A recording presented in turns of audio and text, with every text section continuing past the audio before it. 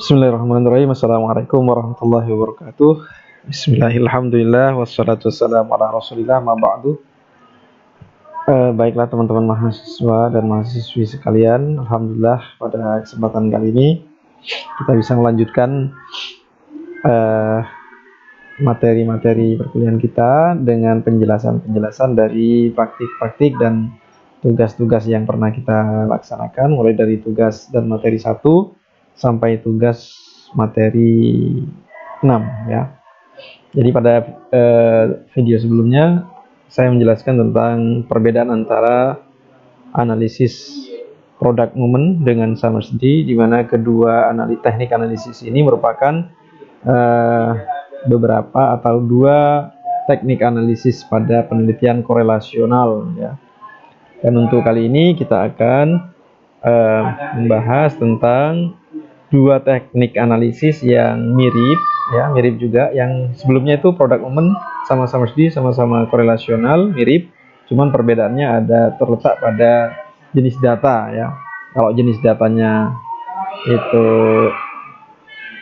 interval atau rasio, maka teknik analisis korelasionalnya menggunakan product movement, Pearson product movement. Namun kalau misalnya jenis datanya itu adalah tidak interval atau rasio, atau datanya adalah nominal maupun ordinal, maka teknik analisisnya menggunakan teknik analisis Summersby. Kemudian untuk yang sekarang, teknik analisis yang nomor 3 dan 4 adalah teknik analisis pada penelitian komparasional. Komparasional ini ada 4 sebenarnya. Ya, nomor 3 sampai nomor 6 ini komparasional semuanya. Biasanya ini dipakai dalam penelitian uji beda, perbandingan, atau yang paling sering itu biasanya pada penelitian eksperimen ya. Jadi jika penelitiannya merupakan eksperimen atau uji coba sesuatu untuk mengetahui apakah efektif, berpengaruh atau tidak, itu biasanya menggunakan uji beda. Contohnya begini. Contoh gampangnya, misalnya teman-teman menguji beda sesuatu, misalnya ada dua pohon cabai di sana, sama-sama umurnya sama, jenisnya sama, pokoknya ciri-cirinya sama semuanya. Kemudian mau diberi treatment atau diberi eksperimen. Satunya diberi pupuk kandang misalnya, kemudian satunya tidak diberi pupuk sama sekali ya, dan hanya disiram saja.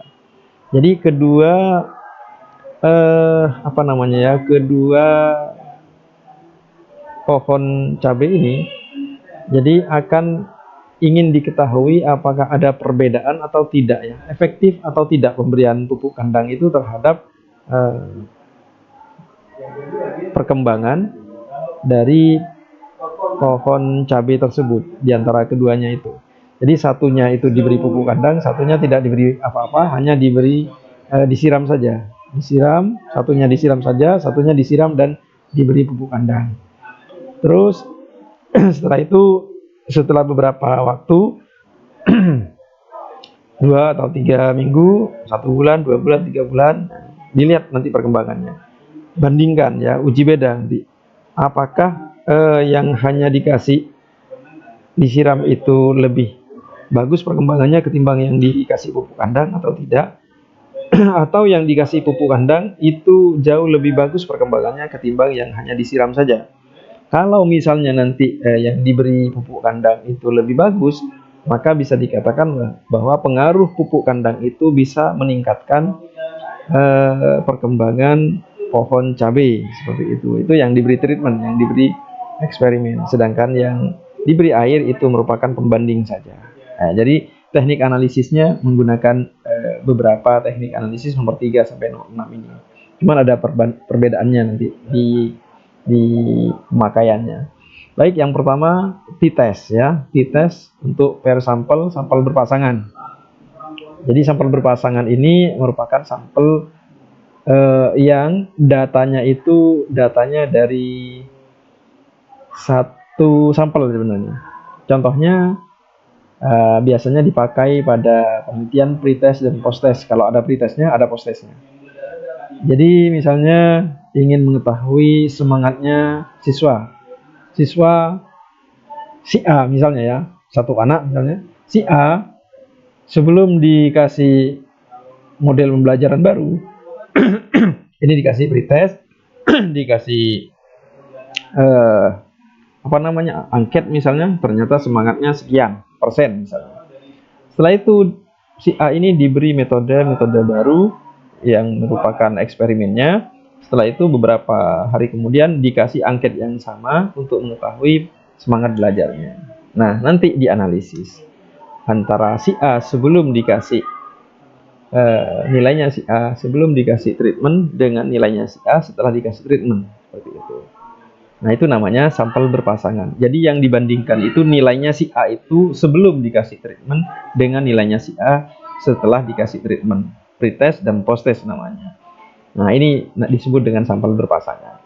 Kemudian juga berlaku seperti sign test juga demikian.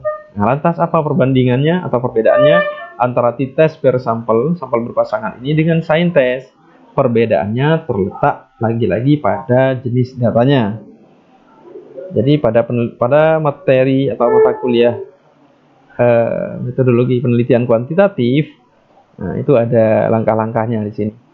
Jadi di sini ada analisis korelasional, di sini ada analisis komparasional. Komparasional itu ada yang parametrik, ada yang komparasional non parametrik. Jadi kita melihat memantau yang ini dulu. Nah ini. Jadi kapan uji t-test itu digunakan? Nah di sini. Jadi start. Dimulai dari sini. Are the data at least interval? Apakah datanya interval? Kalau misalnya tidak interval kayak tadi itu datanya nominal atau ordinal, maka no, berarti tidak interval. Berarti di sini ada perintah use a non parametric test. Gunakanlah non parametrik, gitu ya. Ini yang parametrik. Nah, gitu. Tapi kalau misalnya datanya adalah interval, are the data at least interval? Yes, misalnya. Kalau datanya interval, maka ke bawah ya, dilanjut pertanyaan kedua. Are the sample independent? Apakah sampelnya independen? Independen itu berbeda ya, jadi tidak berpasangan. Ada dua kelompok yang diberi perlakuan berbeda. Kalau misalnya independen, kalau misalnya tidak independen ya, kalau misalnya tidak independen maka no ya. Artinya satu sampel saja misalnya. Tidak independen, tidak ada dua sampel, tidak ada dua kelompok yang dibandingkan, hanya membandingkan satu kelompok saja, pretest dan posttest. Maka itu no. Nah, maka di sini ada perintah use t-test per sample. Nah, ini barusan yang t-test per sampel itu. Jadi digunakan t-test untuk sampel berpasangan ini digunakan apabila memenuhi pertanyaan ini. Apakah datanya interval? Iya, berarti datanya harus interval ini per sampel ini. Kemudian yang kedua, apakah sampelnya independen? Tidak. Berarti syarat untuk t-test sampel berpasangan ini syaratnya harus datanya interval dan sampelnya tidak independen atau tidak ada dua kelompok yang dibandingkan, hanya kelompok sendiri saja. Contohnya kayak tadi si A sebelum dan sesudah dikasih eksperimen itu gitu. Ini untuk yang dites independen per sampel ya. Kemudian kalau misalnya yang sign test tadi itu are the data at least interval, apakah datanya interval? Tidak. Nah, gitu. Kemudian diperintahkan use a non parametric test. Gunakanlah non parametric test. Berarti berikutnya. Nah, ini non parametric, ya, komparasional yang non parametric. Ini langkah-langkahnya. Are the sample independent? Apakah sampelnya independen? Independen itu dua kelompok yang berbeda, kayak dua cabai tadi, dua pohon cabai tadi itu independen. Ada dua cabai yang berbeda diberi perlakuan berbeda. Kalau yang tidak independen itu yang satu kelompok si A sebelum diberi treatment, sebelum diberi eksperimen itu kayak apa semangatnya, dan setelah dikasih eksperimen, dikasih eksperimen atau perlakuan kayak apa semangatnya gitu. Itu namanya dependent atau sendiri, tidak berpasangan datanya. Ada sampel independen, apakah sampelnya independen? Tadi itu enggak, tidak dua ya, berarti no. Jadi no ya, tidak independen. Untuk kasus yang tadi sama-sama tidak independen. Kemudian pertanyaan berikutnya ada, are the data at least interval? Apakah datanya interval? Tidak. Tadi memang datanya tidak interval. Maka di sini ke bawah nanti arahnya. Kemudian ada perintah use sign test. Gunakanlah sign test atau uji tanda ya, uji tanda. Jadi ini digunakan uji tanda t-test, sign test dengan t-test yang per sampel itu sama-sama tidak independen. Bedanya kalau yang t-test itu datanya interval, kalau yang sign test datanya tidak interval atau nominal maupun ordinal gitu ya. Jadi itu perbedaan di antara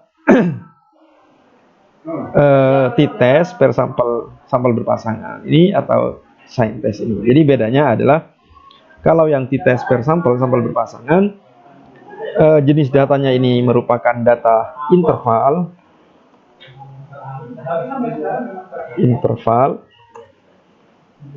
datanya interval.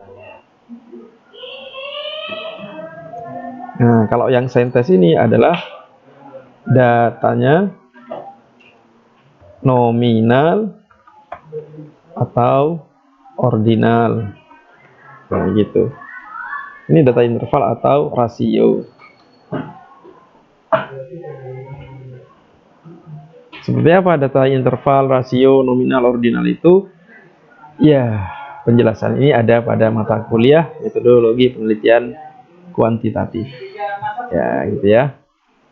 Jadi ini adalah perbedaan keduanya. Perbedaannya adalah data pada data. Kalau persamaannya sama-sama dependent sampel. Ini sampelnya tidak membandingkan dua benda, tapi ini satu benda. Jadi sebelum dan sesudah diberi perlakuan seperti itu. Mungkin ini yang dapat saya sampaikan. Kurang lebih maaf.